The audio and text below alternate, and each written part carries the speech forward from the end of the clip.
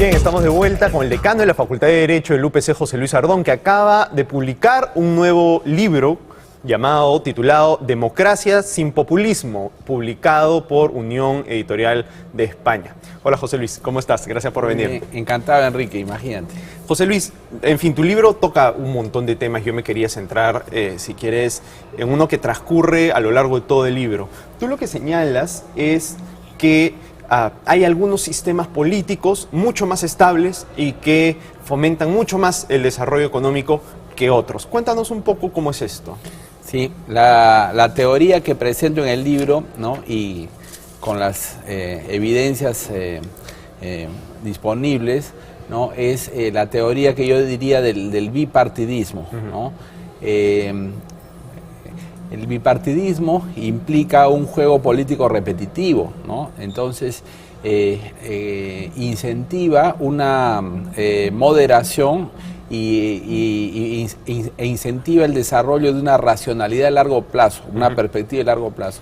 Porque el partido que está en el poder sabe que en las siguientes elecciones puede salir del poder, pero luego puede volver otra vez. Ajá. Entonces, esa lógica hace que haya un equilibrio de partidos, ¿no? Que favorece, pues, la visión de largo plazo, que es lo contrario al populismo. Claro. El populismo es precisamente el efectismo, ¿no? El populismo es un término de contenido básicamente económico, ¿no? Y consiste en engañar a la gente, ¿no? Engañar a la gente prometiéndole cosas que no puede realmente hacerse desde el Estado. Claro, y que muchas veces tienen un costo enorme en el largo plazo. Entonces lo que tú dices es, como la ventaja del bipartidismo es que como el partido de gobierno sabe que el día que puede salir de gobierno, pero luego va a regresar en algún momento al gobierno, tiene menos incentivos para hacer populismo porque sabe que luego él va a tener que lidiar con las consecuencias de ese populismo, ¿no? Exactamente. Y nosotros estaríamos viviendo en el Perú lo contrario. Sí, efectivamente, el Perú, como los demás países latinoamericanos, se caracteriza por la gran fragmentación del sistema de partidos, ¿no? La única excepción en este momento es Chile, ¿no? Chile, gracias a su sistema electoral, desde el año 89, pues ha logrado conformar un sistema bipartidista, ¿no? Muy claramente. Pero, y han habido otros intentos en Latinoamérica, ¿no? Por ejemplo, en Colombia y en Venezuela se trató de hacer pactos políticos para tener dos partidos que se alternaran en el poder. El problema de esas estrategias es que se quiso lograr el bipartidismo de arriba hacia abajo, no induciéndolo de abajo hacia arriba, a través de la reforma electoral, sino de arriba hacia abajo, y fracasaron. ¿Cómo es eso? Explícanos un poco mejor, ¿cómo induces el bipartidismo de arriba hacia abajo, de abajo hacia arriba? Sí, bueno, en Colombia, tanto en Colombia como en Venezuela, hubo acuerdos entre los dos principales partidos en un momento de su historia. No, en Colombia, por ejemplo, fue por 16 años, no recuerdo exactamente los años que cubrió este periodo, me parece que fue 60s y 70s, ¿no?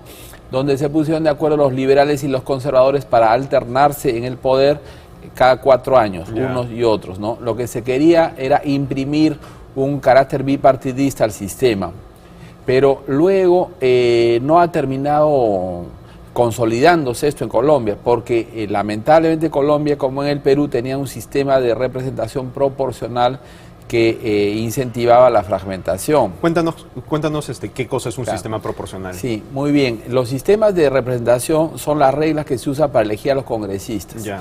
Entonces, hay básicamente dos sistemas. Hay el sistema de mayorías y el sistema proporcional. El sistema de mayorías es que el que gana, el partido que gana en el distrito se lleva todos los asientos o el asiento que está disponible. En ese distrito. En ese distrito.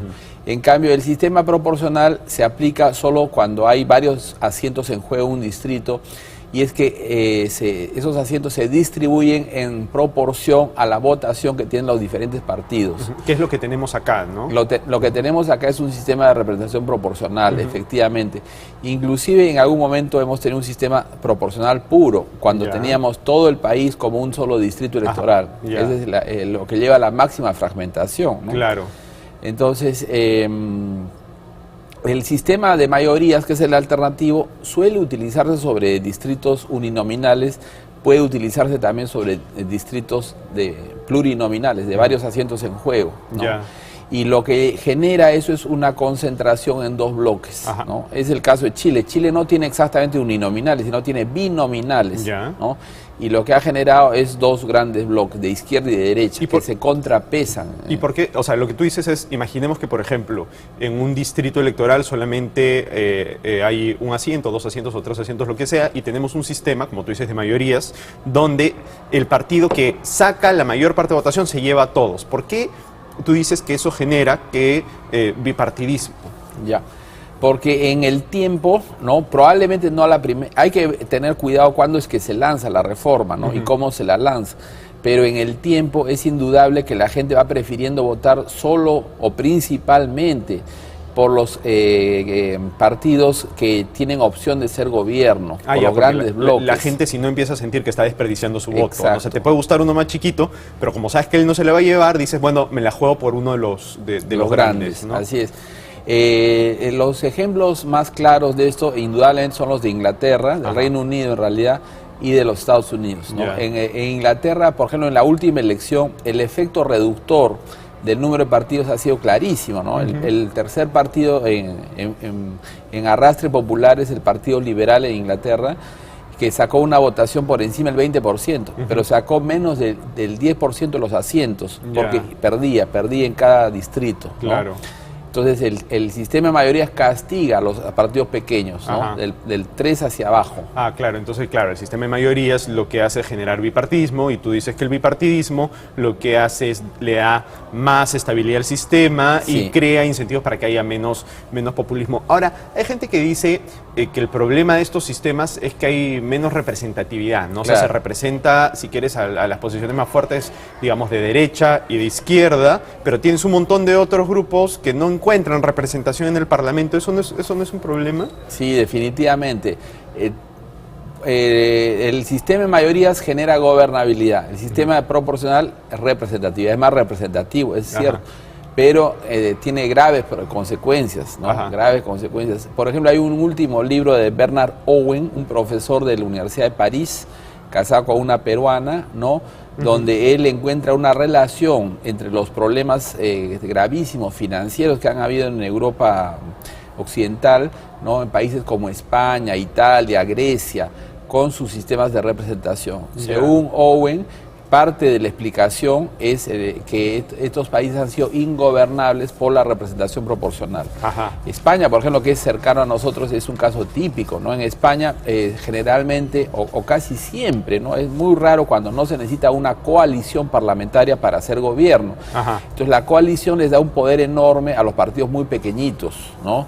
Y eso lleva a un grado de irresponsabilidad muy grande, ¿no? Entonces, España es un caso paradigmático, los problemas de la representación proporcional, inclusive en el contexto del parlamentarismo, ¿no? Porque hay también esta idea que yo creo que es correcta, de que sistemas parlamentarios toleran mejor el multipartidismo que los sistemas presidenciales, ¿no? Entonces, España, a pesar de tener un sistema parlamentario, ha tenido graves problemas. El caso del Perú es mucho más grave, porque es un sistema presidencial, de gobierno presidencial. Entonces, en el presidencialismo, donde la relación entre el Ejecutivo y el Congreso es más rígida, la fragmentación es más grave, mucho más grave. Ahora, hay algunas personas que dicen que no hay que endiosar tanto el bipartidismo porque, por ejemplo, vemos el caso de Estados Unidos. El gobierno ahorita está haciendo un montón de cosas populistas, el gasto fiscal se disparó, y bueno, y el populismo en Estados Unidos además se ha visto con los dos partidos, ¿no? O sea, recordemos lo que era el gasto con Bush y veamos ahora también lo que sucede con Obama. Entonces, ¿no sería Estados Unidos pues una muestra de que el bipartidismo no necesariamente evita el populismo? Es cierto eso. En realidad, en las ciencias sociales estamos en el ámbito de las leyes de tendencia, no son leyes de la física, no es la ley de la gravedad, no es que el bipartidismo lleva no es que el bipartidismo lleva a la seriedad, no a la responsabilidad, no es así, son leyes de tendencia. ¿No? En realidad el impacto del bipartidismo o régimen político, como lo llaman en otro trabajo, sobre el surgimiento de las políticas públicas responsables es relativamente marginal, pero siempre hay ese factor, siempre lo hay, es un factor que hay que tenerlo sobre la mesa a la hora de diseñar el sistema político. Claro, ¿no? O sea, porque claro, es cierto, en Estados Unidos hay populismo, para la hora que uno ve, no sé quién es los últimos 10, 15 años, sino ve toda la historia republicana de Estados Unidos, sí. Claro, o sea, son bastante más ganadores que un sistema como el nuestro, pues por lejos, ¿no? Claro. En Estados Unidos, yo creo, por ejemplo, que han, digamos, esta destrucción del dólar muy grave, ¿no? Muy grave, y la han hecho básicamente, pues, manipulando la tasa de interés referencial, ¿no? Pero eso es lo que los economistas llaman el M2. Lo grave de lo que pasó en el Perú es que se hizo inflación con el M1, con la moneda, ¿no? Entre el año 73 y el 92 se destruyó no una, sino dos monedas peruanas, ¿no? Los soles de oro y luego los intis millón se destruyeron con el M1. O sea, el nivel de populismo que ha habido acá es mucho más alto que el de Estados Unidos. Pero es verdad que nunca hay una vacuna completa contra el populismo. Ahora, ¿es posible hacer esta reforma? Porque, a ver, estas reglas electorales que tú hablas, que por ejemplo tiene Estados Unidos, que producen bipartidismo y un sistema más estable, ¿están incorporadas en la Constitución? Sí, así es en la Constitución. En el caso de Estados Unidos sí, derivan de la Constitución, pero no, digamos, no fue algo que explícitamente ellos pensaban hacerlo, no era tan clara la idea en todo caso.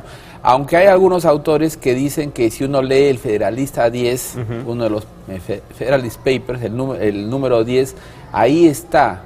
O sea, que se ve allí que Madison la vio, así es, la vio, porque él pensaba que dividiendo las bases electorales se iba a evitar la lucha de facciones. Y lo que estaba pensando él es lo que a partir del siglo XIX se llama la lucha de clases, ¿no? Ahora, ¿nosotros tendríamos que hacer también una reforma constitucional para incorporar este sistema?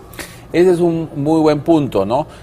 A mi juicio no, pero hay otros que opinan diferente, ¿no? Entiendo que el mismo jurado de las elecciones tiene una opinión al respecto discrepante, ¿no? Y que considera que sí debería haber una reforma, si no me equivoco, el artículo 189 de la Constitución. Ese artículo dice que en las elecciones pluripersonales hay representación proporcional conforme a ley. Yo creo que si fuéramos a los distritos uninominales ya no habrían pues elecciones pluripersonales y por lo tanto ya no habría que aplicar la representación proporcional. Ahora, imaginemos por un segundo que tenemos este sistema bipartidista. Sí. ¿Cómo es que crees que las fuerzas políticas peruanas se aglutinarían? Eso también es algo que, digamos, que les lo crispa a mucha gente, ¿no? Porque dice, ¿cuáles serían los dos bloques, ¿no?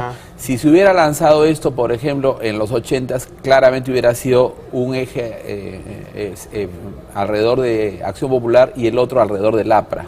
Claro. Y hoy en día, ¿cómo lo ves? Hoy día es más complejo decir cómo se configurarían las fuerzas. Probablemente tendrías un Preferiría no arriesgar ahí. Sí, está bien, José Luis. Oye, bueno, el libro se llama Democracia sin populismo, ¿cómo lograrlo? Es editado por Unión Editorial, el Fondo Español, ¿cierto? Y por la editorial del UPC. Está muy interesante, se lo recomiendo muchísimo. Muchas gracias por venir, José Luis. Encantado, Enrique, imagínate. Bien, vamos a una pausa y regresamos con Rumbo Económico.